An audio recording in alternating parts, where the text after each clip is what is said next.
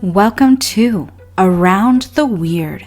Here's your host, the museum curator of the strange and unusual, Mr. Nothing. Thank you, Mysterious Voice, and welcome back to Around the Weird, a booktube channel where I talk about all the unusual and out of the ordinary literature that I've found in my travels. Today it is Poetry Thursday, so I want to talk about some interesting poetry that I've read recently, some poems that are about goblins and traveling distances in the dark. I am referring to Goblins of the Steppes by Alexander Pushkin. For those who don't know, Alexander Pushkin was a Russian writer who lived in the early 1800s. He was known for writing novels, short stories, poems, narrative poems in particular, that told grand stories. And he's very well regarded for his work, considered a foundational figure in Russian literature, but also just considered a hugely important poet as well. A lot of people regarded his work so highly they adapted it into musicals or plays or other sorts of things like that. And he also seemed to be an important historical figure in terms of the Greek Revolution that took place in the 1800s. Based on what I've read, it seems like he had a part to play in that, which is it's not something you see of many writers out there.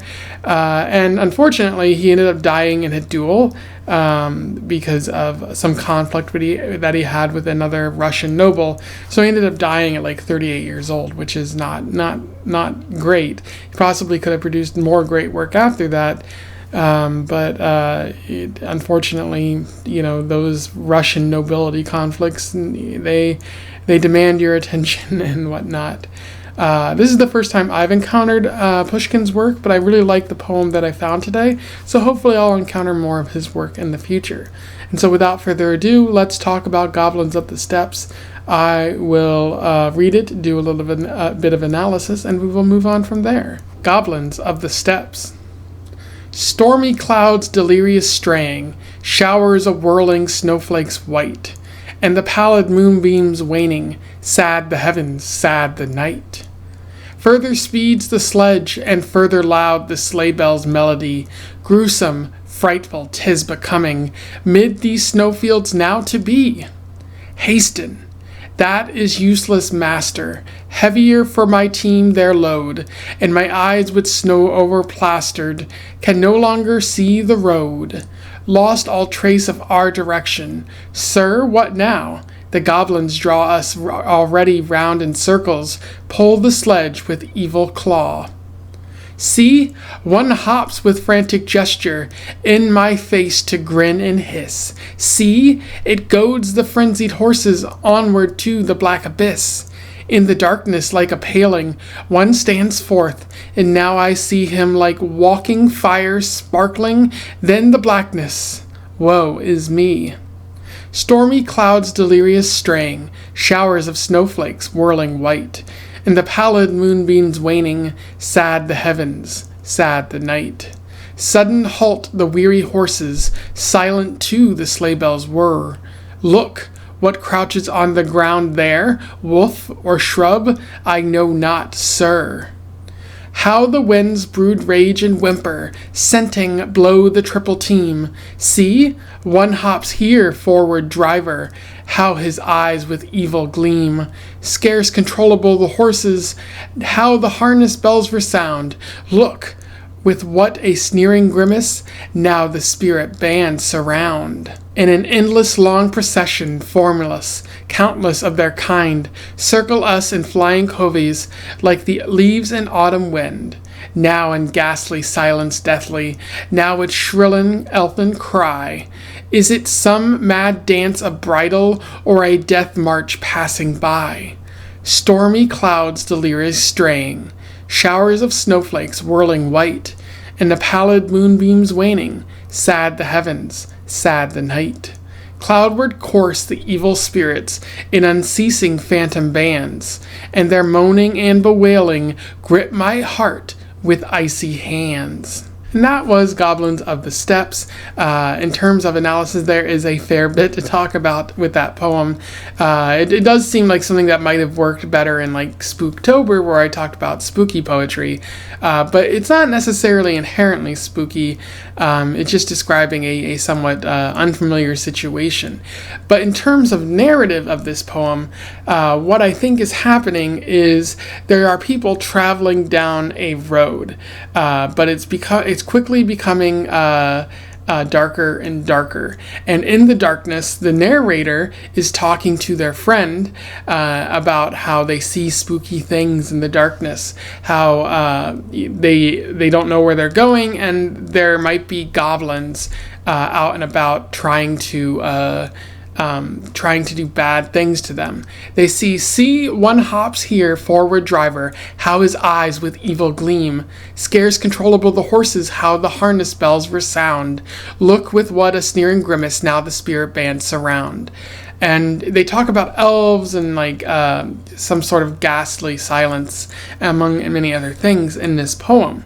And ultimately, like, it doesn't look very positive for the narrator in this poem, because in the final verse they say, in unceasing phantom bands, and their moaning and bewailing grip my heart with icy hands.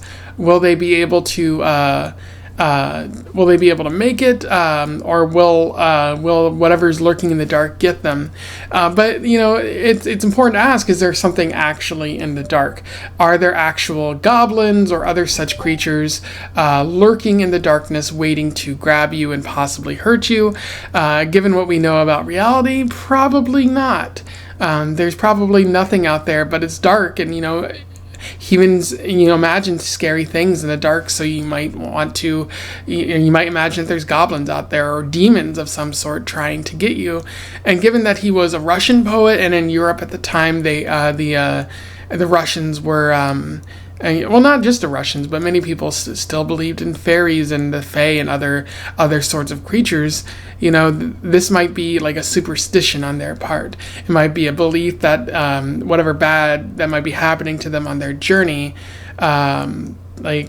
it might be due to fairies. Like, they might be coming to take them off to the realm of the fae, leave them with a changeling, and to torment their family or something like that. It's certainly scary, and the imagery that they use in this poem to describe the sort of autumn winter sort of environment that they're in, where you can't see anything around you, so surely anything that you can make out looks scary. Like, it's very visual type of poem, and I really like Alexander Pushkin's use of the terrifying of your own imagination terrifying you on this journey. But one other thing I want to talk about with this poem is the use of repetition. Specifically, there's a part of the poem that's repeated like 3 different times. It's the beginning. It's stormy clouds delirious straying, showers of whirling snowflakes white, and the pallid moonbeams waning, sad the heavens, sad the night. Sort of describing what the environment looks around you. Stormy clouds, showers of whirling snowflakes, and the pallid moonbeams waning, sad the heavens, sad the night. Which I think means said the heavens, or maybe it's just like the heavens are sad and the night is sad. I'm not quite sure. I think that's old-timey sort of writing for something that I no longer understand what that means. But the use of that repetition kind of amplifies the situation, amplifies the atmosphere, because you're getting that repeated feeling. And as it's repeated, the narrator gets increasingly paranoid or increasingly scared and anxious, because they can't see what's going on in a distance, and all that's around them is the increasingly bad storm that they're in. So the use of repetition really amplifies the emotions that Pushkin wants you to feel in this poem. Anyway, those are my thoughts on Goblins of the Steppes by Alexander Pushkin. A very solid, very good poem. I really enjoyed it, really loved the imagery and the use of the human imagination to try to explain what vague shapes you're seeing in a snowstorm. The humans panic when they don't understand what's going on around them. But yeah, I definitely recommend you read it, so I'll put a link to it in the description. Let me know your thoughts in the comments below. Would love to hear from you and possibly have a conversation about this. Otherwise, don't forget to like, share, and subscribe so that more people can find out about this poem or Alexander Pushkin if they don't already know. And until then, I wish you the best of luck in your weird and snowstorm-related travels. Farewell.